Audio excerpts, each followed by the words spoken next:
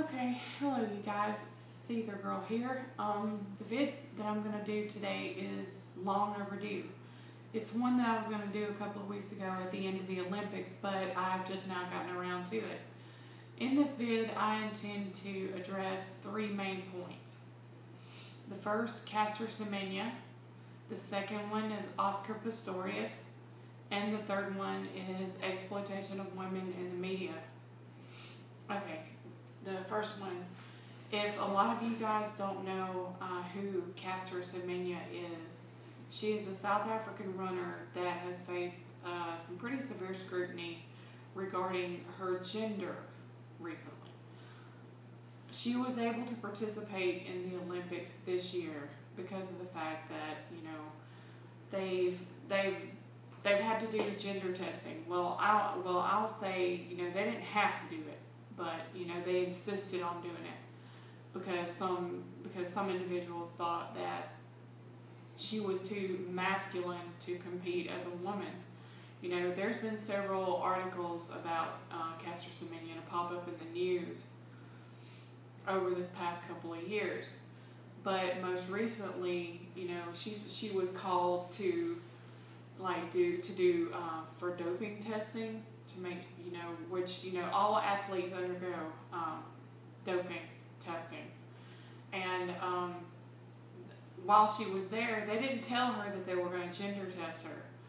They just told her, that it was just a tester for drugs. And when was the last time that anybody went in to take a drug test and found them, any female anyway, went in for drug testing and found themselves on a table on their back with their feet up in stirrups? You guys tell me. And, feel free to leave me some comments and some feedback on either one of these issues that I address in this vid. But, because I want to know your thoughts and I want to know your feelings on these issues as well. But, like I said, for me, I really don't think that they should have tested her. I don't think they should have worried about that, because throughout my life, I've known some pretty masculine looking women and some pretty feminine looking men, and I've never seen any one of them called in to for gender testing for any specific reason or other. So you guys leave me your comments on that. Tell me what you think. The second point I want to bring up is he was an amazing athlete this year in the Olympics. He's brought notice, he's given notice to a lot of people who are amputees. And this person is Oscar Pistorius. Oscar, at the age of 11 months, I think, he had the lower parts of his legs amputated because he was born without fibula bones. Well, Oscar now is a Paralympic champion, and in the past few years he's been, he's wanted to participate in the Olympics, in the Olympic Games.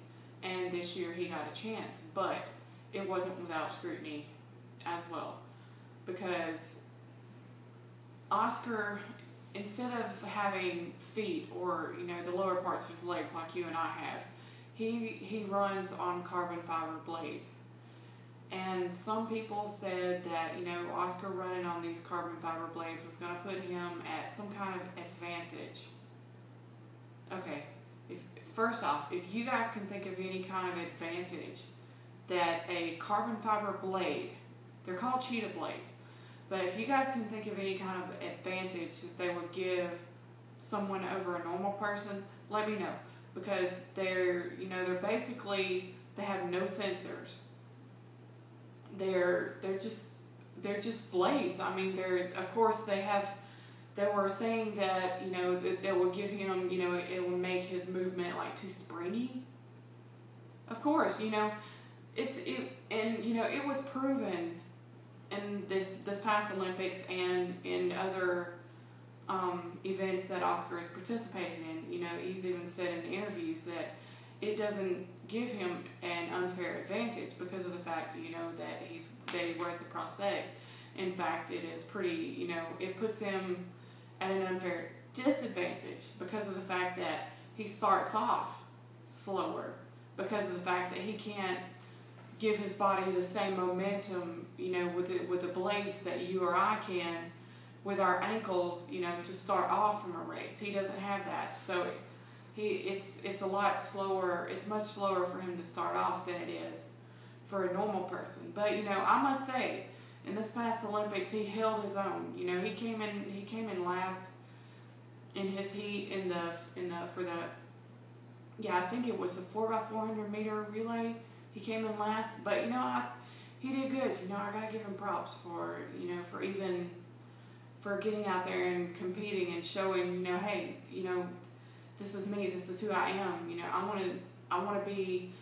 want to be known as anything less than, you know, anyone else would be. So, you know, my hat goes off to Oscar for that one.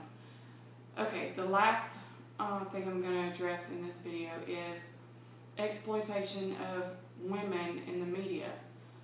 And strangely enough, this video falls right in line with a series that we have been watching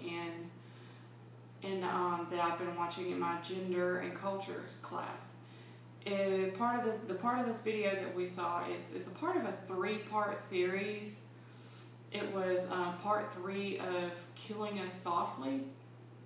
It shows different advertisements and the way the way that they portray women to be either submissive, powerless, victims, anything derogatory, you know, sexual, that you could possibly think of. You know, they make women seem like we should be just objects that, you know, they're just seen, not heard. And strangely enough, at the end of this past Olympics, there was an issue that came up with a Russian rhythmic gymnast. And I have no idea how this picture came up as the only one being posted. I'm sure throughout all the media, you know, that was in the gymnastics arena, there had to have been, you know, there were more camera angles taken, you know.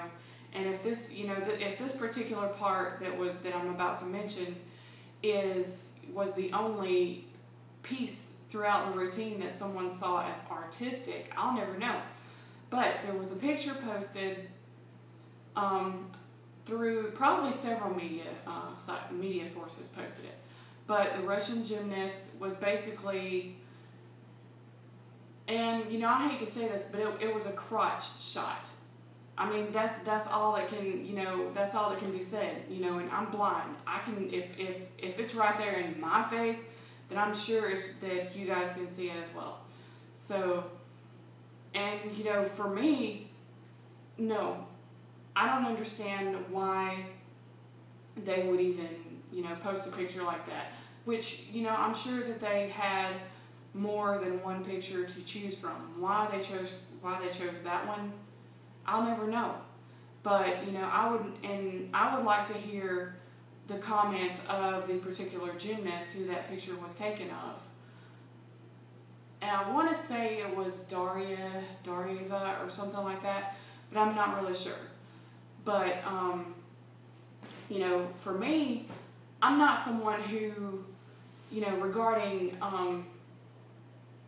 exploitation of women altogether, I'm not one of the people, I'm not one who, I would rather people to see me, to hear me, and I'm, you know, for me, you know, the type of person I am, I'm not submissive, I'm not silent, I'm not, you know, I'm out there. You know, what you see is what you get.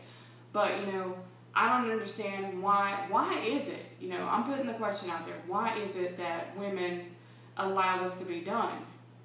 And I found out recently that, you know, a lot of the editors of these magazines that post these pictures are women.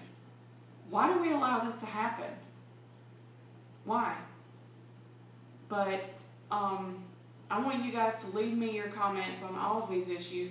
And I'm sorry this is going to be a really lengthy vid. So, you know, if you can, do me a favor, sit through it, give me some positive feedback. So, and thank you guys for watching.